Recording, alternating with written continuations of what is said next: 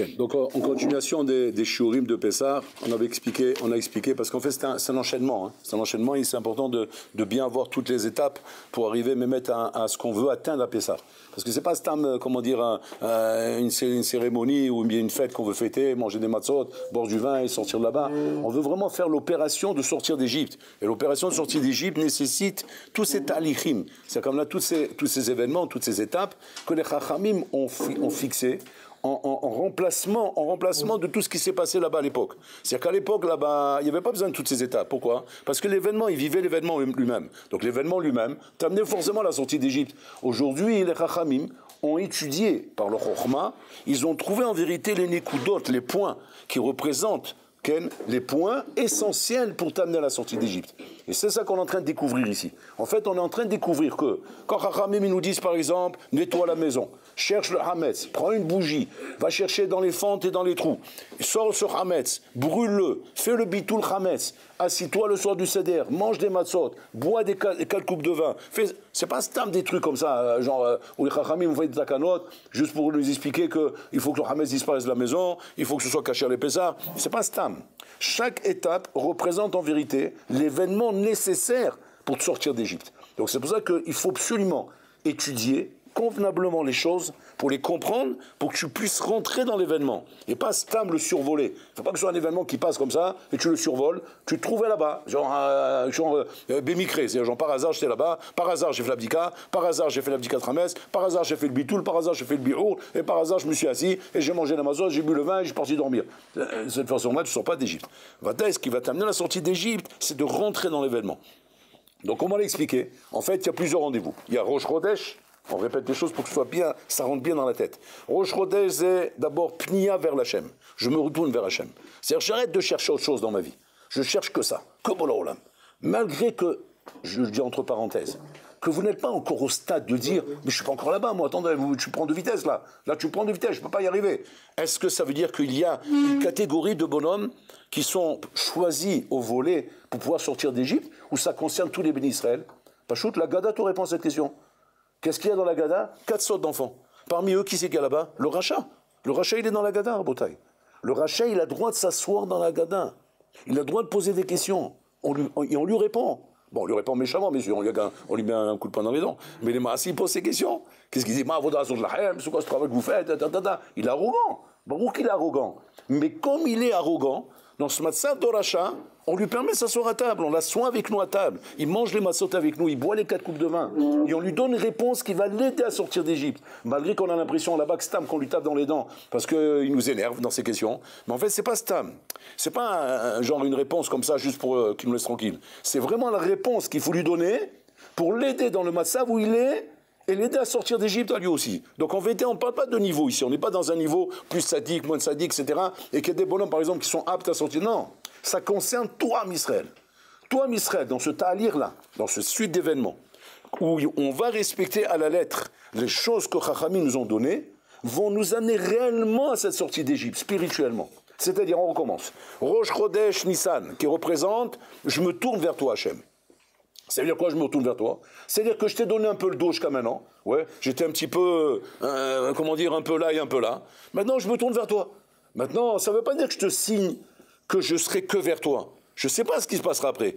Mais pour l'instant, je me tourne vers toi. Les bénis Israël, quand ils sont sortis d'Égypte, ils ne pouvaient pas signer de dire maintenant nous allons être des tzadikim toute notre vie. C'est pas. La preuve, c'est qu'on a vu dans le désert comment ils sont pleins. On a vu dans le désert le balagan qu'il y a eu. On a vu dans le désert les plaintes et les révoltes qu'il y a eu. C'est-à-dire que quoi ? Tu avais devant toi des bonhommes tels qu'ils sont, avec leurs trous dans leur crâne. Donc c'est-à-dire que Bola n'est pas en train de se faire des illusions, de s'imaginer que j'ai sorti d'Égypte les malachas charet de la planète Mars. Non. Bola sait très bien qu'il est en train de sortir d'Égypte des Ovda Avodazara.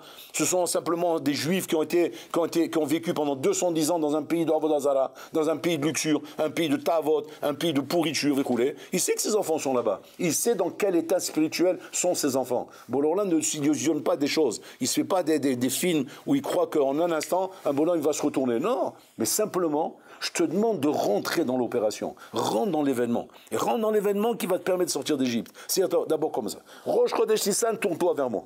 Le 10 Nissan, à ce moment-là, prends le talet et attache-le au pied du lit. C'est Shabbat Agadol. Prends le talet, attache-le au pied du lit. Ça représente quoi? Ça représente maintenant les résolutions que tu vas prendre sur toi, sans savoir, Bichlal, si tu vas pas retenir comme ça toute ta vie, j'en sais rien.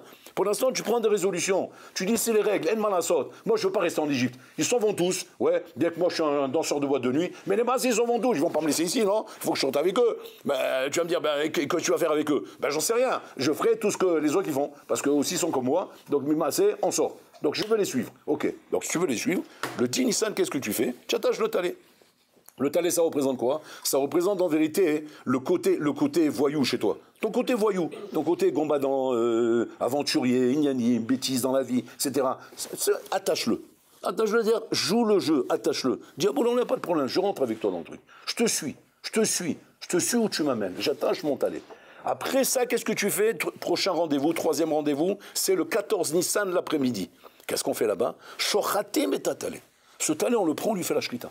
C'est-à-dire, je suis Shochet le voyou qui est ici.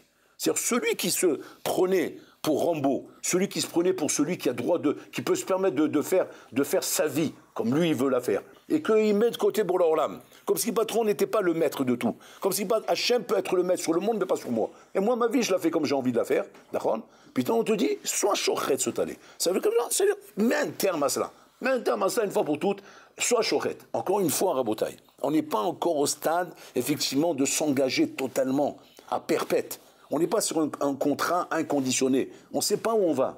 On se fie plus à la providence divine, à l'aide d'Hachem, qu'à nos forces à nous-mêmes. Nous-mêmes, rabotaille, en malasot, comme a dit la Gemara. Im Hashem lo zercha lo yachol lo. C'est pas qu'Hachem t'aide, tu peux pas y arriver. Bon, alors là, c'est très bien. Et dit au Ben Israël, sortez d'Égypte, suivez-moi, et vous allez voir comment je vais vous transformer. Vous allez voir comment je vais vous aider. Vous allez voir comment je vais vous donner le kiff que vous avez jamais connu ailleurs, Bichlal, ce kiff que vous allez découvrir avec moi. Je sais que je vais à l'aventure. Je sais très bien que pour l'instant, je suis pas là-bas. Je suis pas là-bas. Je suis pas prêt à être là-bas, Bichlal. J'ai d'autres plans dans ma tête. J'ai d'autres trucs. Là, je m'en vais en Ben Azmanim, 3 semaines. Ah bébé, mais j'ai des plans dans ma tête, moi. Mais tu rigoles, moi, j'ai Djerba, j'ai la plage mix, j'ai Niani, Frolé, les vacances par là-bas, et les manger là-bas, et les restos, et les trucs. Et toi, tu me dis maintenant, sors d'Égypte, la shrita du Talet, le rendez-vous, 14 Nissan. C'est pas mes plans, je suis pas là-bas. Je sais pas ce que tu veux de moi. Je sais pas si tu fais une bonne affaire en me prenant avec toi. Parce que moi, attends, je suis un phénomène. Moi, je sais pas où je vais terminer avec toi. Je veux te rendre fou. Bon, alors là, c'est très bien. Moshe Rabbeinu, c'est très bien qu'il va avoir mal de tête. Moshe Rabbeinu savait qu'il allait avoir mal de tête. Il savait que les zouaves là qui prenaient derrière lui, Habibi, c'était pas des tzrassidim de Meacharim ou quoi. C'était des fous furieux. Des fous furieux qui sortent d'Égypte à Botaï. C'est des malades mentaux, des bonhommes en Botaï qui ont connu la Vodazara, qui ont connu les bêtises, qui ont connu les ch'tuyot, qui ont connu la Touma d'Égypte et qui vont suivre Moshe Rabbeinu. Où tu vas les amener? Je vais les amener au Mont Sinaï. Je vais les purifier. Ali Taher Otam. Ali Kadesh Otam. Je vais les sanctifier, les purifier. Je vais les amener à atteindre des niveaux qui sont des niveaux vrais dans leur essence même. Pas vrais dans leur apparence. Parce que dans leur apparence, ils ne sont pas là-bas. Dans leur apparence extérieure, ils ne sont pas là-bas. Mais qui est vrai dans leur essence. Et pour l'homme se dit fort de quoi? De te purifier, comme c'est marqué, je vais vous purifier. Et ça, c'est le 14. Quand on arrive le 14, donc on a fait la shrita du Talet, maintenant on peut rentrer dans le Seder de Pessah. Donc on rentre dans le Seder de Pessah. Maintenant, il y a une cérémonie là-bas, qui est encore un autre rendez-vous important. C'est Pitom, on fait 10 Hametz. 10 Hametz, la veille du 14, on fait une 10 Hametz, là-bas c'est marqué, tu prends une bougie, et tu fais la 10 Hametz, Bechorim Uzdakim, dans les trous éléphantes. Tu vas tourner dans la maison, chercher dans les trous éléphantes, qu'est-ce que tu cherches? Ben, je cherche le Hametz. Attends, mais le Hametz dans les trous éléphantes, c'est rien du tout, c'est Machéou, oui. Tu sais pourquoi? Parce que le Hametz à Pessah est assou Bemachéou. Il est interdit Bemachéou. C'est-à-dire que toute l'année, tu as un morceau de trasir qui est tombé dans ta marmite. Tu as du lait qui est tombé dans ta marmite de viande. C'est pas tel Béchichim. S'il y a 60 fois le éther par rapport au Issour, c'est moutard. Ça s'annule. Tout Issour s'annule. Il y a la notion d'annulation du Issour dans la Torah. Le Hametz ne s'annule pas. Alors, ça, c'est technique, c'est au niveau halakha. Maintenant, ashkafatique, au niveau ashkafa. Qu'est-ce que ça veut dire un issour qui s'annule et qu'est-ce que ça veut dire un issour qui ne s'annule pas? Au niveau ashkafa. Comment on comprend ça? Un issour qui s'annule, c'est qu'en fait, Hachem sait très bien que tu n'es qu'un homme. Il sait très bien que tu as des hauts et des bas.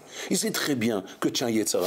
Boulon n'a pas de problème avec ça. Boulon se dit, si c'est ça la milchama que je dois mener avec toi, si c'est ça en vérité le pari qu'on doit faire ensemble, qu'il s'agit de combattre un issour, ça j'ai pas de problème. Ishlo bitoul. On peut l'annuler à un moment donné. Mais par contre, le problème que je risque d'avoir avec toi, et celui-là, il me fait peur. Ce problème, il me fait peur, parce qu'en fait, si on réfléchit bien, je vais essayer de vous l'expliquer. C'est là-bas, le nœud, il est là-bas. C'est quoi? C'est qu'en vérité, c'est qu'on parle ici, Rabotaï, d'une chose qui n'a pas de bitoul. Une chose qu'on ne peut pas annuler. Un davar kazé. Très dur à annuler ça. Pourquoi? Parce que si tu me demandes d'annuler ça, Kaviachol, c'est m'annuler à moi. Et m'annuler à moi, je ne peux pas. Adam Karol, là, c'est bon. Un homme est proche de lui-même. Un homme au-dessus de tout, Rabotaï. L'amour de soi-même. L'amour de soi-même est au-dessus de tout. Même au-dessus de l'amour d'Hachem. Et je ne peux pas. Bon, tu demandes maintenant de sacrifier mon amour pour toi. Je ne peux pas. On ne peut pas me demander ça. Même pour mon père et ma mère, je ne sacrifie pas mon amour. Vous avez pu voir dans la vie comment c'est arrivé des fois, pour ton amour à toi, hein, comment tu as pu te disputer avec tes parents. Tu as pu même trahir tes parents. Un homme ne peut pas pour son amour à lui, se plier devant qui que ce soit. Même devant sa femme, on ne se plie pas pour son amour à soi. Il y a des divorces à cause de ça. Parce qu'un homme n'est pas prêt à aller au-delà des limites. Un homme est prêt à certaines concessions, à certaines choses. Mais à un moment donné, il peut pas envoyer la balader. Un homme, il peut renvoyer ses enfants, il peut se séparer de ses enfants, séparer de sa femme, séparer de ce qu'il a de plus cher au monde. Pourquoi? Pour son être. Parce que son être est une valeur qui est au-dessus de tout. Ça, c'est quelque chose chez Enlo Bitoul. C'est la notion de Hametz. La notion de Hametz, c'est-à-dire qu'on parle de quelque chose de moutard. On ne parle pas de quelque chose de assour. C'est pas déterminé que t'aimer à toi-même, c'est quelque chose d'interdit. Parce que si c'était quelque chose d'interdit, ça aurait été pas shoot. Je t'aurais expliqué simplement que cette chose-là qui est interdite, il faut l'annuler. Et elle s'annule, on peut l'annuler. L'homme est prêt à ça. L'homme est conditionné de cette manière que quand une chose est interdite, il suffit simplement de lui montrer que c'est interdit. On veut voir, montre-moi que c'est interdit, montre-moi que c'est assourd, explique-moi pourquoi c'est assourd, je t'explique pourquoi c'est assourd, je te demande pourquoi c'est assourd. Le bonhomme, à un moment donné, comme ça, l'homme a été façonné, Hachem a façonné l'homme comme ça, que l'homme, à ce moment-là, il peut accepter. Il peut accepter la chose. Simplement, il va se dire, ok, bon, ben, il faut faire un passage. Comme un peu quand on veut dissuader quelqu'un d'arrêter de fumer parce que c'est dangereux pour la santé. À un moment donné, on va lui faire comprendre à ce moment-là s'il va s'arrêter de fumer. Sinon, il va mourir. On va lui expliquer, tu vas mourir sinon. C'est vraiment assaut. C'est mazik lecha. Un bonhomme, étant donné qu'il a cet amour pour lui-même, à un moment donné, aura peur, effectivement, de ce qu'on lui explique. Et il verra comment, malgré tout, malgré que la cigarette le fait kiffer, d'accord, il verra qu'il faut s'arrêter. Sinon, c'est ma vie que je m'en pérille. Et comme ma vie est l'amour qui dépasse tous les amours du monde, même l'amour de la cigarette, donc j'arrêterai de fumer. C'est très dur, attention, c'est très dur, parce qu'elle est devenue une partie de moi-même. Mais si jamais je me rends compte que cette chose-là, qui est devenue une partie de moi-même, va au stade d'annuler la chose que j'ai de plus cher au monde, qui est le moi-même, Chas Shalom, j'arrête. Là, j'arrête. Et comme ça, beaucoup de gens arrêtent de fumer, beaucoup de gens arrêtent de faire certaines choses, quand on leur a expliqué que cette chose-là est un vrai issour. Et la Torah est mechadesh lanu. Tout issour, ishlo bitoul. Un issour, il a un bitoul. Un issour, on peut l'annuler. Ça, c'est la notion de issour. Quand on arrive à Pessah, on rentre dans une nouvelle notion qu'on n'a jamais entendu parler. C'est la notion en bouteille du bitoul du éther. C'est moutard, c'est permis. Le Hametz, c'est permis toute l'année. C'est pas seulement qu'il est permis. On le monte dans les plus belles tables. Shabbat Kodesh, les belles halot, le show Yom Tov. Il n'y a pas de Yom Tov, il n'y a pas de Seudat Shabbat, pas de Seudat Yom Tov, Seudat Khatan, Seudat Mizvah, Seudat Pidyon Ben, toutes les grandes Seudot, tous les grands événements qu'on veut marquer. Le premier invité, c'est qui? C'est la Hala. C'est la Hala, poser la table, rouler sur la Seuda, il y a une présentation. Sinon, on te dit, il n'y a pas une Seuda. Tu dis, non, j'ai mis des petits beurres, j'ai mis des crackers. On va rigoler. Je dis, mais regardez, il y a plein de choses ici. Oh. Il y a l'orchestre, il y a les confettis, il y a le truc, il y a les spots, il y a les caméramans, il y a tout ça. C'est-à-dire, mais attends, c'est pas une Seuda, c'est rien du tout. C'est pas Hajouv. On voit que la notion de Hashivut commence par la Seuda. On met une Seuda, ça s'appelle Hajouv. Ça s'appelle important. Et dans la Seuda, la chose qui va marquer l'importance, c'est le Chala, qui va montrer une kviout. On s'installe, on va manger, on va s'installer, ça va devenir quelque chose d'important. Il y a fait mot. Piton, cette chose-là, qui est le summum du éther, le summum de ce qu'un homme peut considérer comme éther dans sa vie, puisqu'on le met au plus haut dans les valeurs humaines. D'accord? On vient te dire maintenant, ça là, il faut l'annuler. Ça revient à quoi en fait? C'est quoi le symbole? Ça revient à dire, annule ton toi-même. Annule la chose qui est la plus rachouva à tes yeux. Pourquoi? Parce que si tu n'es pas prêt à ça, tu ne peux pas te diriger vers maintenant toi. Tu ne peux pas aller au Mont Sinaï. C'est même pas la peine d'aller là-bas. Pourquoi c'est même pas la peine d'aller? Quoi, je ne peux pas au moins y arriver? J'arriverai comme un spectateur. Tu applaudiras, tu verras des sons et lumières, comme à Masada. Mais tu ne verras pas plus que ça. C'est pas ça qui va te permettre de dire « j'ai reçu la Torah ». Les Kabel ta Torah, Rabotai, les Kabel ta Torah, ça signifie que tu as compris ta position face à la Torah. Quand la Torah rentre dans ta vie, elle ne peut pas rentrer stam comme un plus, comme un nouveau bouquin que j'ai rentré dans ma sifriya.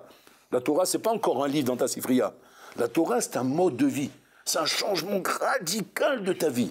Pour cela, il n'y a qu'un truc qui va déranger. Pour ce changement radical. Parce que ma Torah, je la connais, elle est belle. Mais il y a un truc qui va déranger. C'est quoi? C'est ton atzmo, ton anouri, ton ani. C'est ça qui va déranger. Ce ani est tellement fort chez toi que si jamais, donc quoi que ce soit que je vais te présenter dans la Torah, tu vas avoir l'impression qu'il s'agit d'un sacrifice de mon ani, à la makom, tu vas rejeter. Aussi belle qu'elle puisse être ma Torah, aussi émette que ça puisse être. Là, pitom, tu peux devenir le plus grand mytho de la terre. Tu peux devenir le plus grand chagrin de la terre. Tu peux devenir le bonhomme le plus illogique possible qu'on peut imaginer dans la terre. Alors que je te connais dans la vie. Tu es un bonhomme émette, tu es un bonhomme logique, tu es un bonhomme intelligent, tu es un bonhomme qui raisonne. Mais là, je ne te comprends plus, là. J'ai l'impression d'avoir un fou devant moi. Un fou qui ne veut plus entendre la logique humaine. Vous savez pourquoi il change comme ça? Vous savez pourquoi il s'est retourné? Vous savez pourquoi on ne le comprend plus? Tout simplement, tu es en train de toucher à quelque chose qui représente la valeur extrême, suprême. C'est mon ani. Mon ani au-dessus de tout. Et là, à un moment donné, bon, alors là, mais tu dis, l'opération pour recevoir la matin Torah est obligée de passer par ce bitoul du ani. Or, ce ani-là n'a pas de bitoul. Elle au bitoul. Et Charles va-t-elle auto. C'est qu'Hachem lui-même, il reconnaît. Lui-même, il nous dit, je ne suis pas une vatel auto. Tu vas dire, alors c'est comme ça, comment on va faire alors? Comment on va faire si on ne peut pas être Mevatel? Et pourquoi on ne peut pas être Mevatel? Deux questions. C'est-à-dire, comment on va faire si on ne peut pas être Mevatel? Et pourquoi on ne peut pas être Mevatel? Alors, s'il est nécessaire d'être Mevatel auto pour recevoir Matan Torah, alors Bololam fait en sorte que oui, on peut être Mevatel, comme le Issour. Non, Bololam ne veut pas. Il ne veut pas. C'est sauf Maaseh Marchabatrila. Bololam a prévu comme ça. Il ne veut pas qu'on soit Mevatel ça. Pourquoi? Tout simplement. Réponse très simple. Parce qu'en fait, ce Ani-là représente ta Nekuta, ta Bechira. Représente ton libre arbitre. Étant donné qu'il représente ton libre arbitre, et que tout l'enjeu du monde qu'Hachem a créé, c'est la Bechira, c'est ça l'enjeu du monde. Sans ça, le monde ne l'intéresse pas à Hachem. Parce qu'un monde sans Bechira, il existe. Il y a les Malachim, Malach Hacharet, ça existe pour Hachem. Donc c'est pas un chidouche. Le chidouche de ce qu'Hachem a voulu lorsqu'il a créé le monde, ça n'a pas été de créer un monde qui va le servir sans Bechira. Un monde qui me sert sans Bechira, je l'ai déjà. J'ai des Malachim par milliards. J'ai des gens et des chantes, et des Inyanim, et du Kavod, j'ai tout ça déjà. Bololam voulait créer un monde où le plus, le chidouche dans ce monde, ça va être quoi? Un homme qui est Baal Bechira. Baal Bechira, c'est-à-dire qu'il peut choisir entre le bien et le mal. Cet homme-là, Inachilami, va me servir et va faire une sanctification du nom d'Hachem. Parce que là, réellement, je sanctifie le nom d'Hachem. Parce que réellement, quand un homme fait une chose, parce qu'il a choisi de le faire, pas parce qu'on l'a obligé à le faire, pas parce qu'on l'a amené là-bas, parce que de lui-même, il a fait. Ça, c'est vraiment une sanctification du nom d'Hachem. Parce qu'Hachem s'honorifie de ça. Hachem est fier de ça. Il dit, regarde, Tistakel, Chazou, Chazou, Banaï. Regardez mes enfants, comme ils chantent Hachem dans le désert.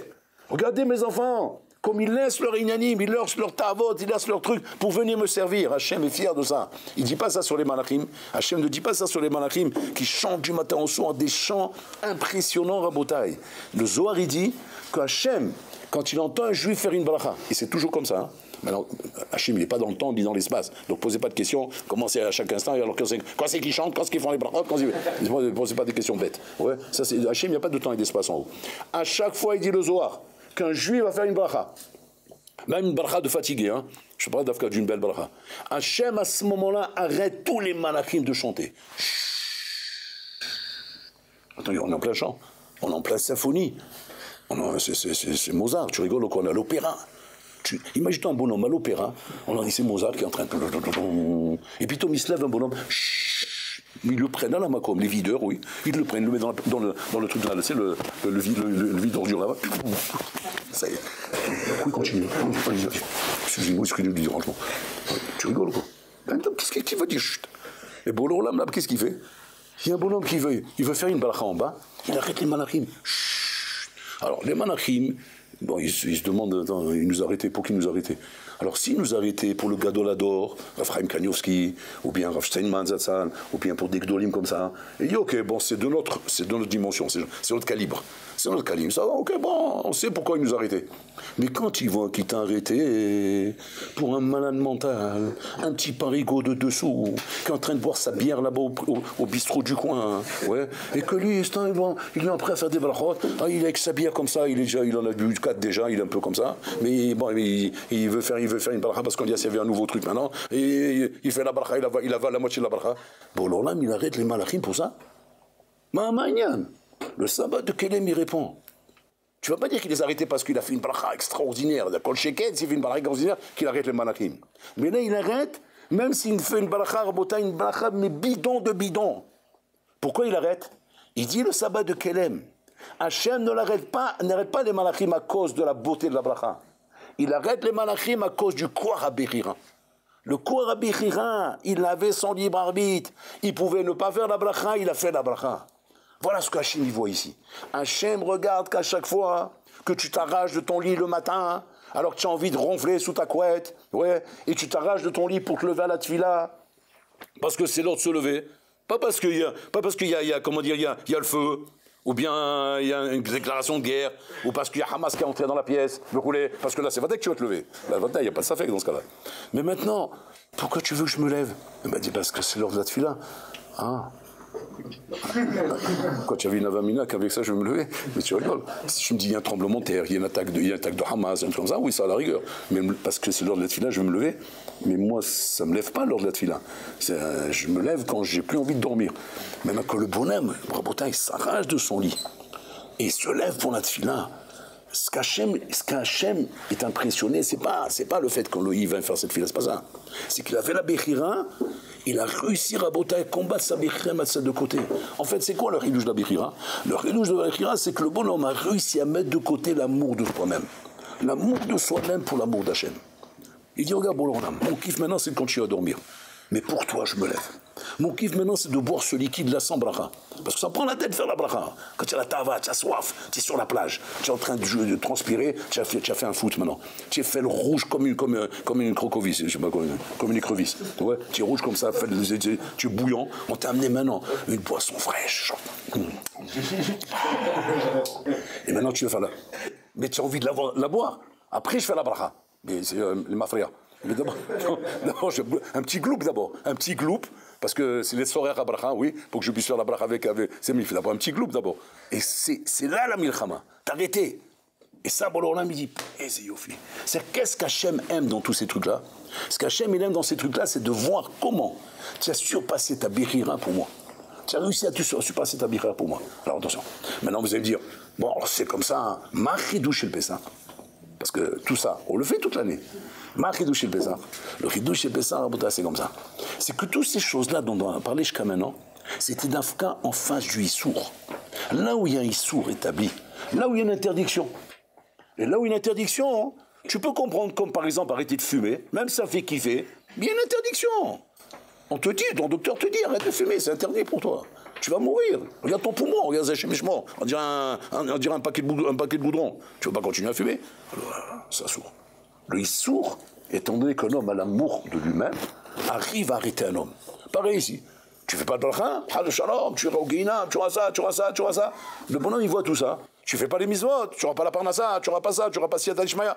Ça donne à l'homme, effectivement, la sensibilité d'accepter de prendre la chose sur lui. Pourquoi? Parce que ça ramène à la même chose. Ça me ramène au même point. C'est l'amour de moi-même.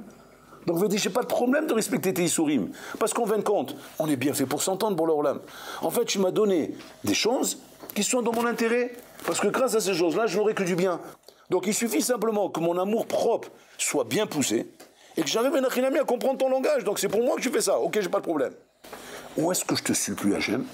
C'est quand Hachem, maintenant, tu me prends et tu me dis maintenant, même le moutard, même ce qui est permis, même dans le permis là-bas, je veux que tu te sacrifies pour moi. Et là, c'est plus compliqué.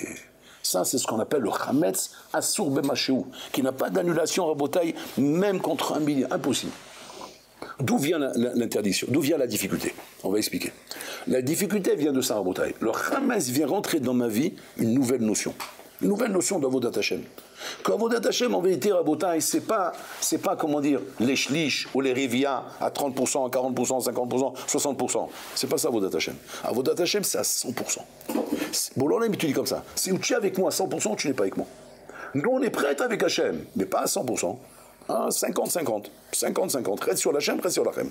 Je te donne la moitié tu me laisses pour moi. D'accord? Maintenant, les interdictions, ok, je n'ai pas de problème, je les prends sur moi, parce que j'ai compris que ça peut faire que du tort. Mais maintenant, ce qui est permis est permis. Tu ne vas pas m'interdire les choses qui sont permises quand même. Pourquoi tu veux m'interdire même ces choses-là? C'est que tu veux que je sois complètement pour toi, j'aime? Comment c'est possible une chose pareille? Et ça, c'est la Nikuda, Rabotai. La Nikuda de Pessa, en vérité, c'est de comprendre. Tu ne peux pas arriver à Matan Torah si tu n'as pas compris que tu dois être un juif à part entière. Un juif à part entière, Rabotai, c'est un juif qui doit comprendre que même quand je mange, même quand je dors, même quand je fais quoi que ce soit dans la vie, ça doit être l'Hachem. C'est ce qu'il dit David Ameller. C'est ce qu'on dit d'ailleurs dans les psukim des Imois. Ouais. Zamerulo, shirulo, chante, mais pour Hachem. Amuse-toi, mais pour Hachem. Joue, détends-toi, mais pour Hachem. C'est-à-dire avec lui, pas tout seul. Pas là où Hachem ne peut pas venir avec toi. Avec Hachem. Comme cette histoire avec le Havetz Chaim, qu'une fois le Havetz Chaim, il était en train de partir quelque part en voyage, il a pris un aiglon, un chartier. C'était comme ça qu'il se déplaçait à l'époque. Le chartier, au bout d'un moment, il s'arrête. Il dit pause. 5 minutes de pause. Oh, ok, pas de problème, repose-toi. Maintenant, le Havetz Chaim, il est assis dans sa chaise en train d'étudier. Puis il voit le aiglon, par curiosité, regarde ce qu'il fait. Il voit que le aiglon, qu'est-ce qu'il fait? Il se dirige vers le verger là-bas du coin. Il veut taper une pomme sur le pommier. Mais c'est un verger privé, c'est interdit. Qu'est-ce qu'il fait le Havetz Chaim?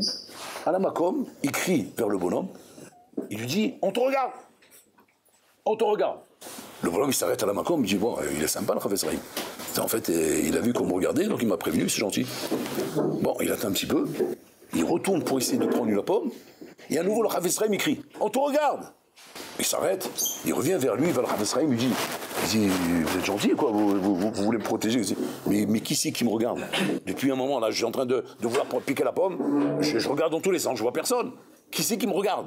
Il dit, mais Akadosh Baruch Hu te regarde. Ah, c'est Akadosh Baruch Hu. Ah bon, ça va, alors, donc je peux la prendre, la pomme. C'est ça qu'il faut comprendre, la bataille. Tu dois comprendre que ta vie, tu la vis avec Hachem. Que tu comprennes ou que tu ne comprennes pas.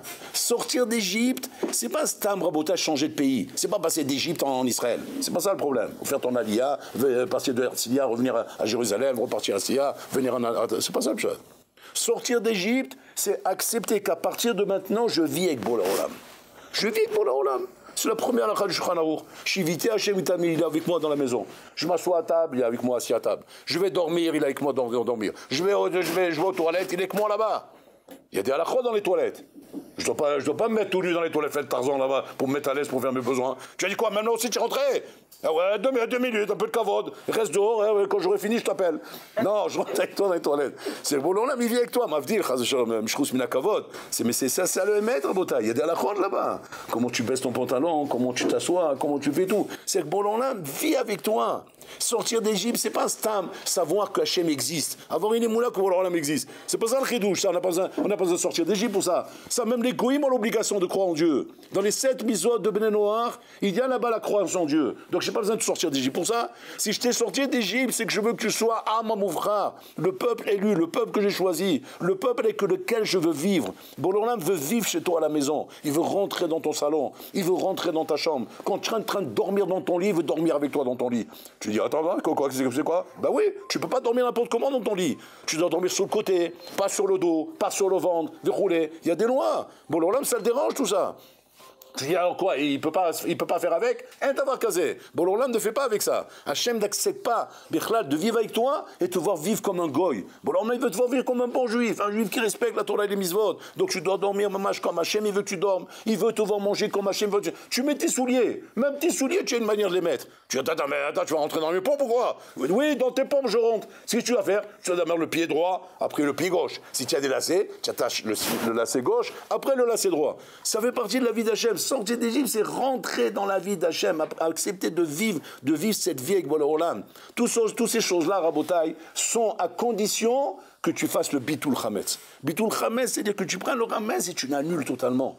Maintenant, vous allez me dire, qui va me donner cette confiance? Qui va me donner la force de faire une chose pareille? Tout simplement, Rabotai. En fait, c'est le da'at, comme on a expliqué. C'est d'apprendre que dans ce monde, vivre avec Hachem, c'est dans ton intérêt. Tu sais pourquoi? Tout simplement. Parce que ce monde-là, Habibi, il n'existe pas encore de lunettes qui arrivent à voir clair dans le shaker de ce monde. Ce shaker de ce monde, Abotai, n'amène un homme qu'à faire des erreurs. En fait, je te fais gagner du temps. Je te fais gagner du temps. Sois avec moi, et ta vie, ce sera, mamache, une réussite. Tu n'es pas avec moi, tu vas perdre ton temps. Tu vas rouler, jusqu'à qu'un jour, inévitablement, tu viendras me chercher. Mais ça sera trop tard. Des fois, c'est trop tard. C'est pas toujours trop tard. Toujours, même un instant, c'est toujours bien devant Hachem. Et je connais Olamo Bécharat. Mais pourquoi attendre? Pourquoi attendre 20 ans, 40 ans de ta vie que tu as mis en l'air, ouais, pour après venir dire, c'est toi qui avais raison. Mais je sais que j'ai raison. C'est moi qui ai créé ce monde. Je sais que c'est ça le Hémet. Il y avait comme ça un vendeur à Mahane Yehuda. Il avait une basta à Mahane Yehuda. Mahane Yehuda, vous savez où c'est? C'est le chouk de Jérusalem, le grand chouk de Jérusalem. Il s'appelle Mahane Yehuda. Le bonhomme, il avait là-bas une basta. Un grand magasin là-bas, il vendait des produits de nourriture et tout. Mamache, il bastonnait le bonhomme. Il faisait vraiment un chiffre, label. C'était vraiment il faisait de l'argent tous les jours, ça tombait. Puis toi, un concurrent est venu là-bas, il s'est dit, tiens, ça marche bien cette affaire-là. Il est venu l'idée, il s'est mis en face de lui.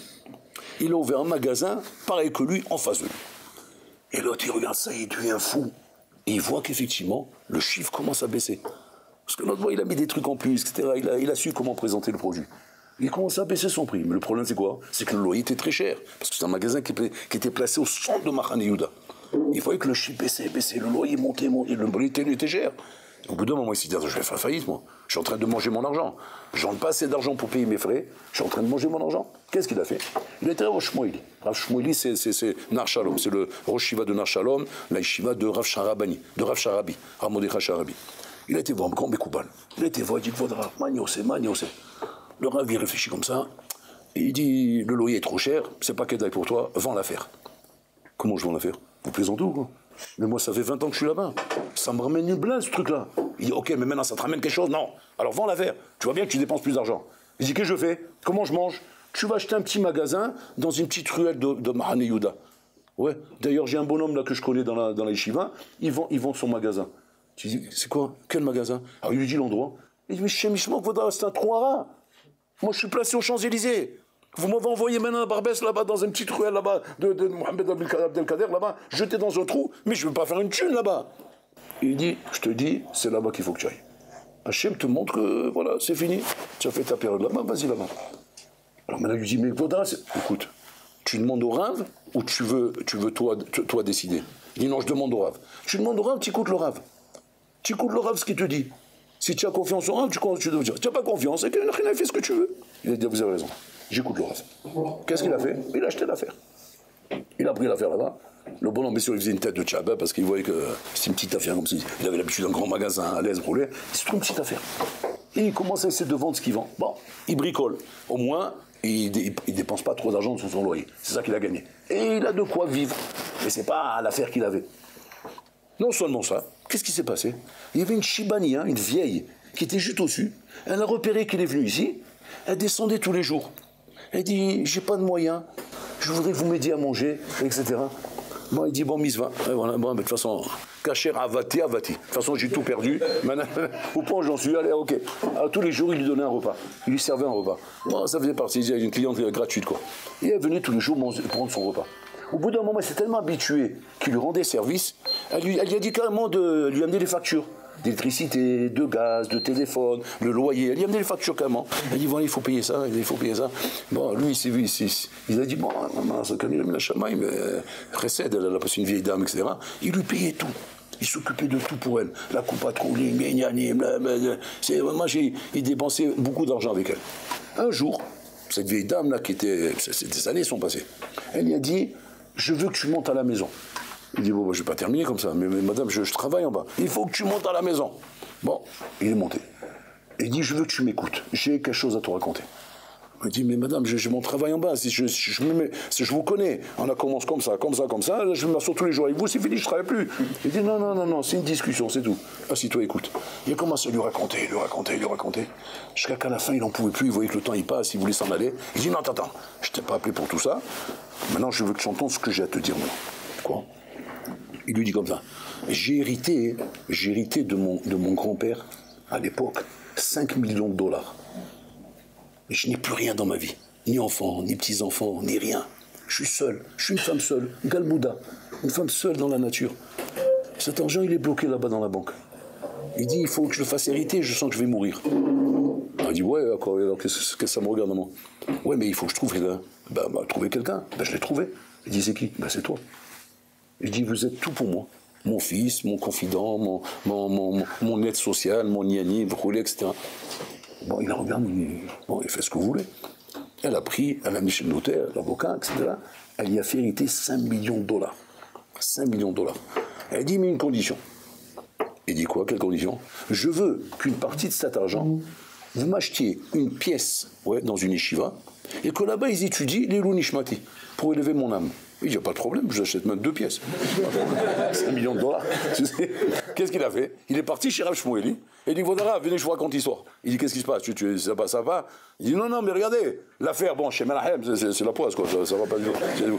Vous m'avez donné un conseil, bon, puisque Dieu vous pardonne. Bon, c'est pas grave, de toute façon, vous êtes mon Rav, je vous pardonne. Il dit, mais regardez ce qui se passe. J'ai trouvé là-bas une Chibani, elle me rend du fou. Toute ma vie, elle mangeait, je mangeais ça, elle facturait. Mais le coup, c'est pas ça. Elle m'a attrapé, elle m'a attrapé hier. Elle m'a dit qu'elle veut me faire hériter 5 millions de dollars. Elle m'a dit, j'achète une pièce. Bon, je l'achète chez vous, la pièce. Vous êtes mon Rav.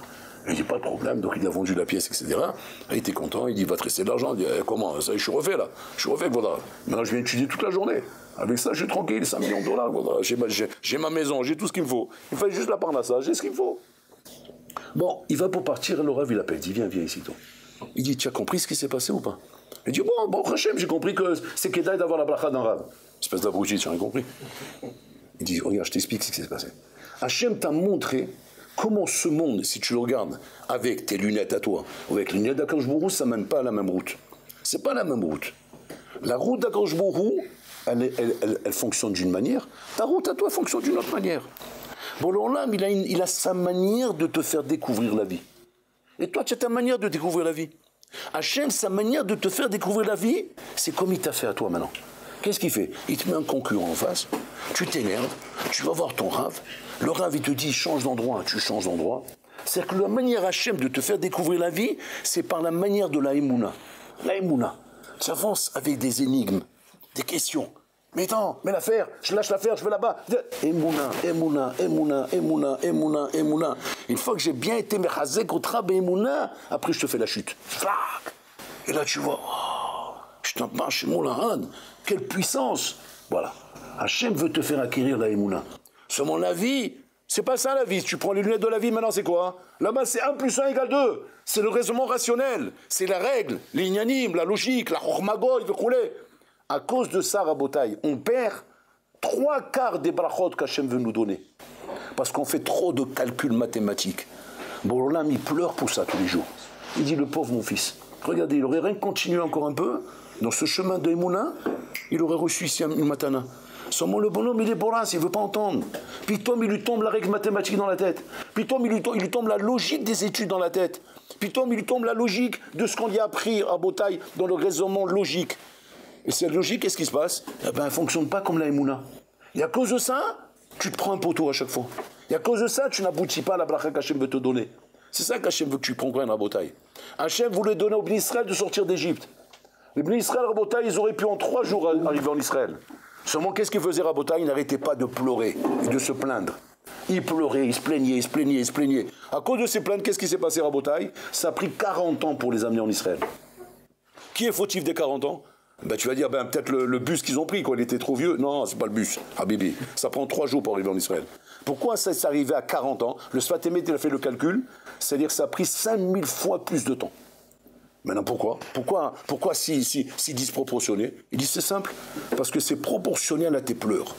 Plus tu te plains, plus tu pleures, et plus ça durera. C'est ça le truc à Botaï. C'est-à-dire que qui c'est qui fait des nœuds dans la vie? C'est toi. Pour l'autre, il ne fait pas de nœuds. Pour l'autre, il te dit, fais-moi confiance. Écoute ton Rav. Ton Rav, c'est mon porte-parole. Il t'a dit à droite, à gauche, à gauche. Maintenant, tu ne vois pas pourquoi c'est à droite, pourquoi c'est à gauche. C'est la Emouna. Ça, c'est le délire d'Hachem. Le délire d'Hachem ne fonctionne pas avec du rationnel. Le problème, c'est que même quand tu vois ton Rav, tu veux voir la logique de la chose. Dès que tu veux voir la logique de la chose, tu te fais un nœud. Et donc, tu n'aboutis pas. Par contre, si tu es prêt à ne pas fonctionner avec la logique de la chose, à fonctionner avec la Emouna de ton Rav, là, tu vas voir la Tossa.